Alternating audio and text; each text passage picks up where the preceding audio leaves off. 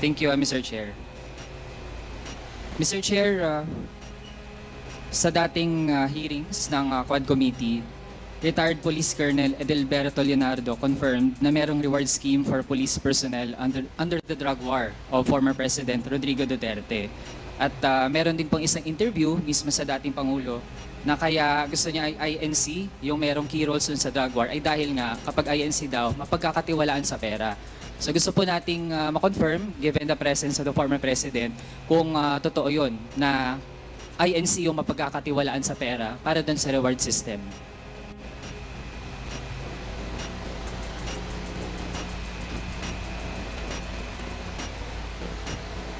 The reward system.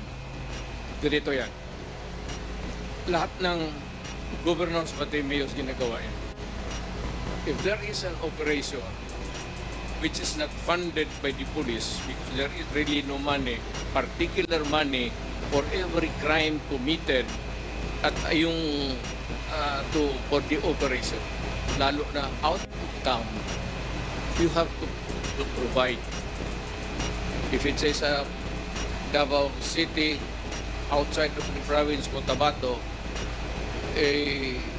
prosecutor kasi ako, so I will begin to count kung magkano. Sabi sir, sa South Cotabato, gaano kalayo yan? Anong gamitin ninyo? May gasolina, pagkain. So, ang pagkanguri ko, pagkain. Bigyan ko yan sila ng, okay, I'll give you 20,000. Magamit nila yan, gamitin nyo yan. Pag may sobra niyan, magsabi sila, sir, hindi na ubos kasi nahuli ka agad. Kasi marami, hindi mo masuloy, hindi mo mabulsa yan kasi marami kayo dyan sa team na police nag-ooperate. Sasabihin mo talaga yan pagbalik, sir, may sobra dito, sir. Ilan? Sir, kalahati. Hindi ko inyo na yun. Mr. Chair. Reward. Correct. Very correct. Talagang totoo. At minsan, bigyan ko pa dagdag. So Mr. Chair, dahil ngayong kino-confirm na rin naman ng dating Pangulo na merong reward system at sabi po niya hindi lang pala siya yung gumagawa niyan. Meron ding iba na gumagawa niyan in relation dun sa anti-drug campaign. Mr. Chair, I'd like to delve into specific persons na napangalanan na rin dati sa Quad Committee. Nabanggit din ng dating Pangulo sa Senado, merong pong alias Smoking na tagabigay ng pera sa mga pulis para sa drug war operations. Ito pong si Smoking ay bahagi po dati ng Presidential Management Staff. Tama po ba, Mr. Chair? Yes, an employee of the management staff. Mr. Chair, bakit kinakailangan na isang taga-Presidential Management Staff ang tagabigay ng pera? Saan po ba nanggagaling yung pera na siyang ginagamit para dun sa reward system? Peace and order fund of the government. Huwag mo namang sabihin na ako pa ang magbigay doon sa mga pulis. Do not expect me to go down from the office at sabihin ko mag-distribute ako. Mr. Chair, yung Peace and Order Fund, saan po yun specifically nakalagak? Galing po ba yun sa pondo ng Office of the President? Lahat ng opisina, sir, from the President down to the Governor, Mayors, may Peace and Order Fund. Discretionary yan ng Mayor, ng Governor, ng Presidente. Mr. Chair, yung Peace and Order Fund sa mga local government units natin, yun po ay kinukuha mula dun sa confidential fund. So kung sa Office of the President, lalo na't meron ding allocation for confidential and intelligence fund, dun din po ba kinukuha yung Peace and Order Fund para dun sa reward system? I will not answer your question. I do have to make an accounting of what I did as President. That's official and personal to me. Mr. Chair, bahagi ito ng ating gustong siyasatin dito sa Quad Committee kasi kanina din naman po ang banggit lahat ng mga nagpapatupad ng ganitong operations, yun yung source, Peace and Order Fund. Pero kailangan malinaw din saan talagang item, anong allocation po yun. So kung sa mga LGU, malinaw naman, confidential fund. Pero sa Office of the President, dahil po actually ay iilan lang naman yung mga line items doon at kung meron dyan na pinakaswak para dun sa Peace and Order, yun po ay confidential and intelligence fund. So gusto po nating ma-confirm lang, dahil po nalaman natin meron talagang reward system at merong pinanggagalingan yung pondo para dun sa reward system. Sir, sandali. Medyo papahingin mo lang ako ng... 1 minute suspension. Kaya tinawag yan, sir, ng intelligence pati confidential. Kaya huwag kang magtanong kung anong confidential ginawa ko. Confidential nga eh. I am protecting the interest of the Republic when I dispense confidential fund to the military and the police. Do not make me account for something which I cannot do legally. That is not allowed by law. I am prohibited from doing it. Mr. Chair, I believe hindi tayo pwedeng sabihan dito sa committee na hindi tayo pwedeng magtanong lalo sa mga bagay na relevant dun sa ating investigations. And Mr. Chair, I was not even asking kung sino yung mga hanggang sa level ng mga regional police units, sino mga nakatanggap. I was simply asking yung nature ng paggamit ng pondo na iyon. And Mr. Chair, there's nothing in the joint circular on confidential and intelligence funds that says that we cannot ask general questions, Mr. Chair. Kaya kung ayaw po tayong sagutin dun sa ganong mga bagay, then I think that's actually an indirect admission na dun talaga nanggagaling at ayaw lang pong specify ng ating resource person yung nitty-gritty.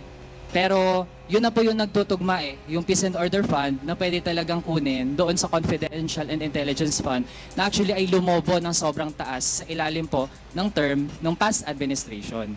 So actually po, we gave our resource person a chance to answer pero nagdi-deviate po mula doon sa paano talaga sana sagutin ng diretso kasi simple lang naman po yung tanong kung doon ba kinukuha. Okay, let me answer you. Chance to answer. You are asking as if you are from the COA. Hindi ka naman COA. Hindi kita sagutin ng tama kasi wala rin akong alam. COA, kailangan mo ng report so you have to bring the papers. You're asking questions that are pertaining to COA. Ano? Hindi naman ako COA. Mayor ako tapos presidente. Tuman. Sige, Mr. Chair, I won't belabor the point pero tingin ko ang mga kababayan natin yung makakausga. Malinaw naman po na wala po sa aming dalawa yung taga-COA pero mismo po nasa memorandum circular din naman na dapat ay ipatupad ng COA na dapat ay kung mayroong mga ahensyang nabibigyan, nag-grant ng Confidential and Intelligence Fund, dapat po hindi nga yan in the first place nakatago mula sa mga kababayan kasi the fact na nakatago po yan, ito po yung nangyari. Nagamit po ang pondo na yan para dun sa mga extrajudicial killings na kumitil ang buhay ng mga kapwa nating kabataan, magiging yung tens of thousands ng mga pamilya na actually ay hanggang ngayon nagdurusa at walang hustisya. So, kasunod nating tanong, Mr. Chair, dun sa paano ba nabubuo yung mga drug lists ng itong tina-target ng war on drugs ng dating administrasyon. Sino po ba yung mga nagbuo ng drug list? At ito yung mga kasama dun sa tina-target ng war on drugs ng dating administrasyon.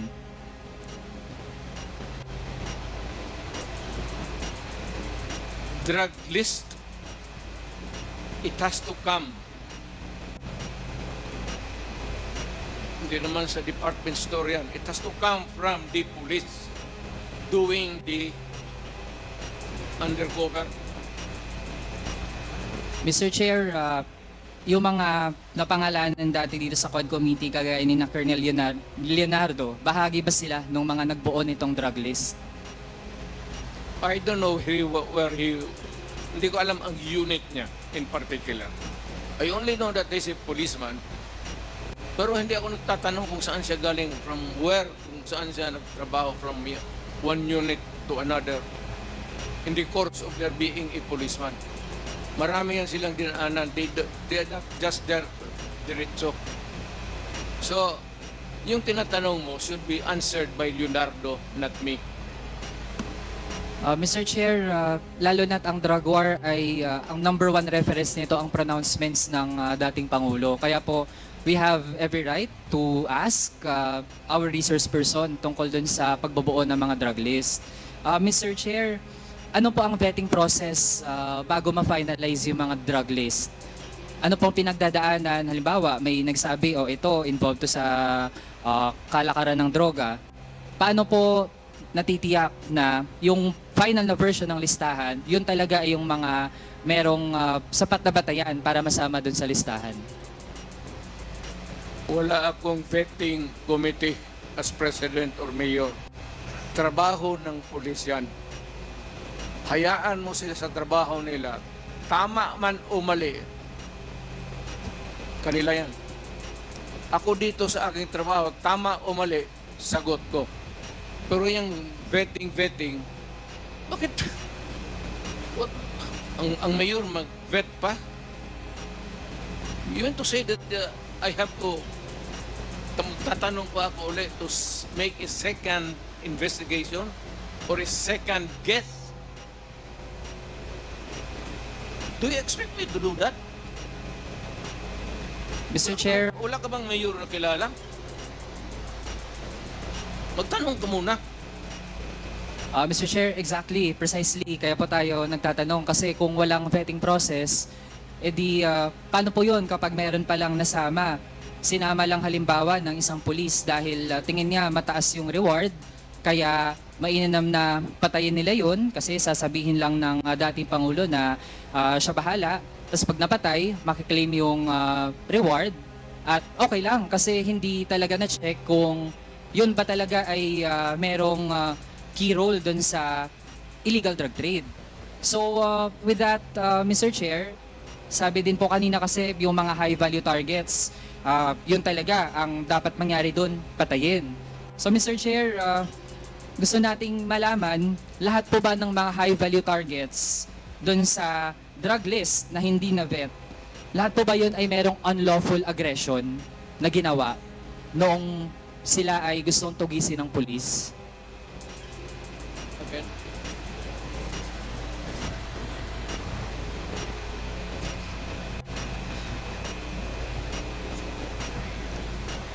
It's not, yan. Nakuha ko na. Kinig kasi ako sa ulan eh. Ulan ba yan? Kaya kita mo, ulan ka na.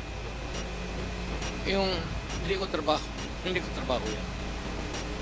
Hindi trabaho ng presidente, hindi trabaho ng mayor. I do not have that kind of duty. Kaya ako may military, ng presidente, may police. Anong mayor ako, may police ako.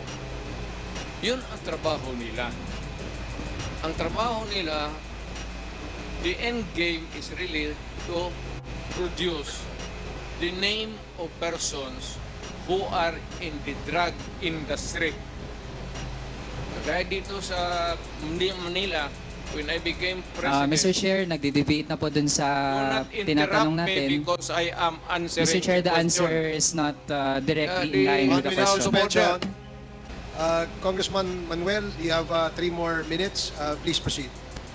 Thank you, Mr. Chair. Mr. Chair, ganito po kasi ang tanong natin kasi nung kinlalify natin kung may vetting process ba yung dun sa mga drug list, sabi naman po wala. Kaya halimbawa, kapag ang pangalan ay nalagay dun sa pagiging high value target na mataas yung reward para sa ganung mga tao, kahit hindi pa yan dumaan sa tamang proseso, ang goal na po kaagad ay patayin. And actually, sa nakaraang Quad Committee hearings, Mr. Chair, nalaman natin meron nga abogado nasama dun sa high value target, tapos pinatay ng pulis. Kaya Mr. Chair, gusto kasi nating malaman kung ano ba talaga yung nangyayari dun sa mga operasyon. Kaya ang unang tanong po natin, kung meron po bang unlawful aggression dun sa lahat ng mga pinatay. Yun lang po yung tanong natin, Mr. Chair, para ma-establish po natin talaga kung may merit ba na ganun yung order, na kapag high value target, ang goal dapat ng police, patayin sila? So yun po yung tanong, Mr. Chair.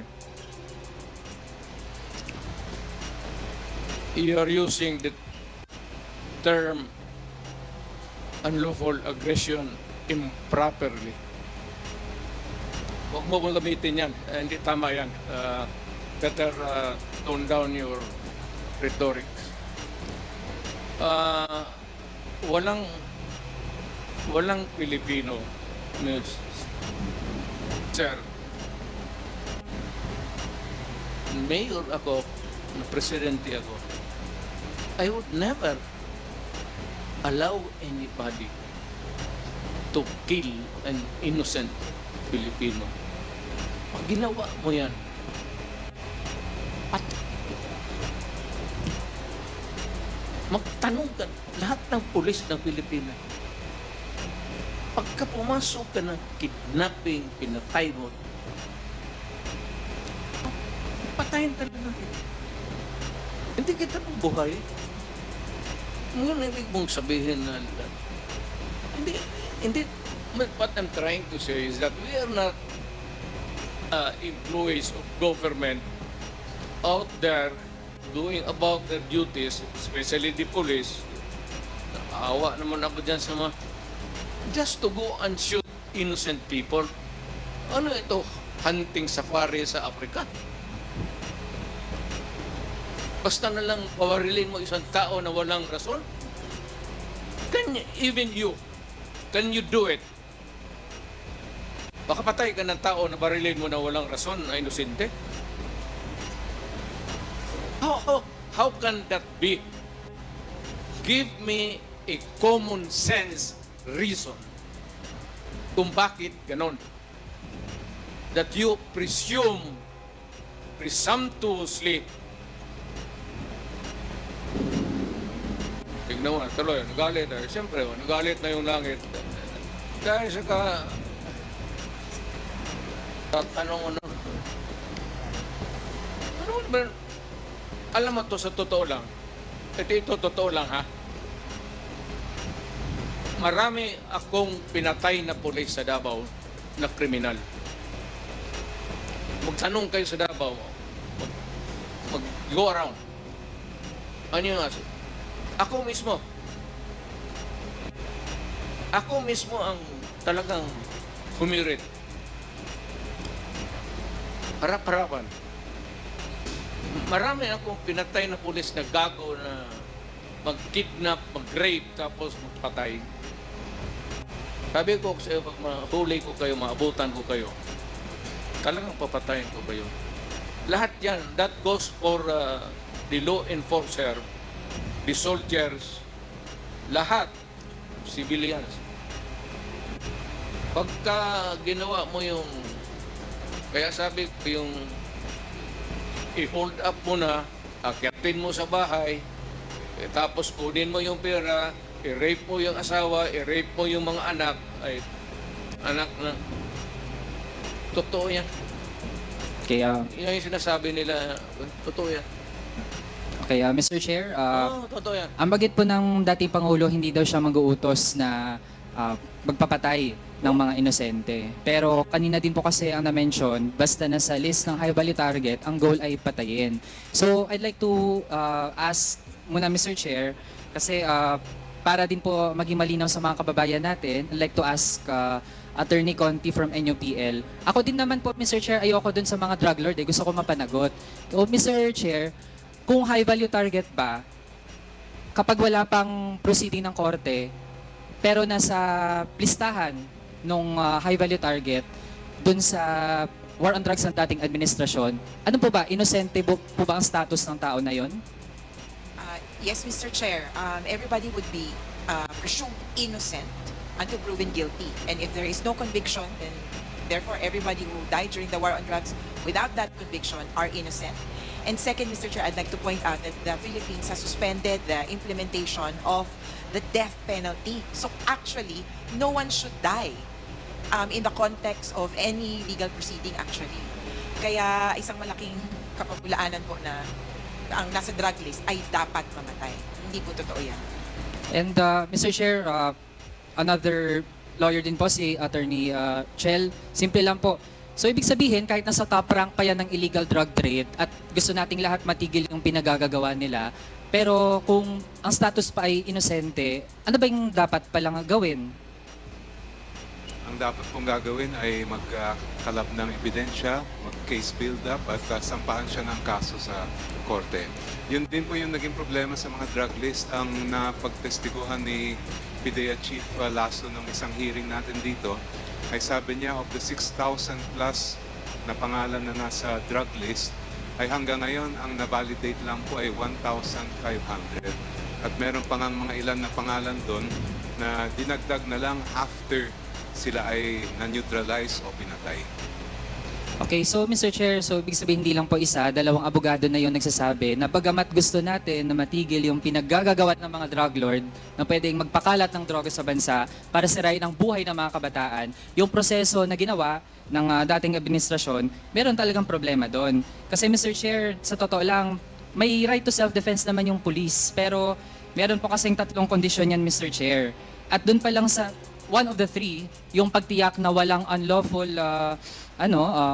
aggression, actually hindi na po mapanindigan ng ating resource person. Kaya ibig sabihin talaga, dun sa policy na yung goal ay pumatay, meron na po talagang malaking problema doon. Huling topic na lang, Mr. Chair, sa ICC kasi mismo ang dating Pangulo ang nagsabi na bilisan ng ICC yung kanilang investigation.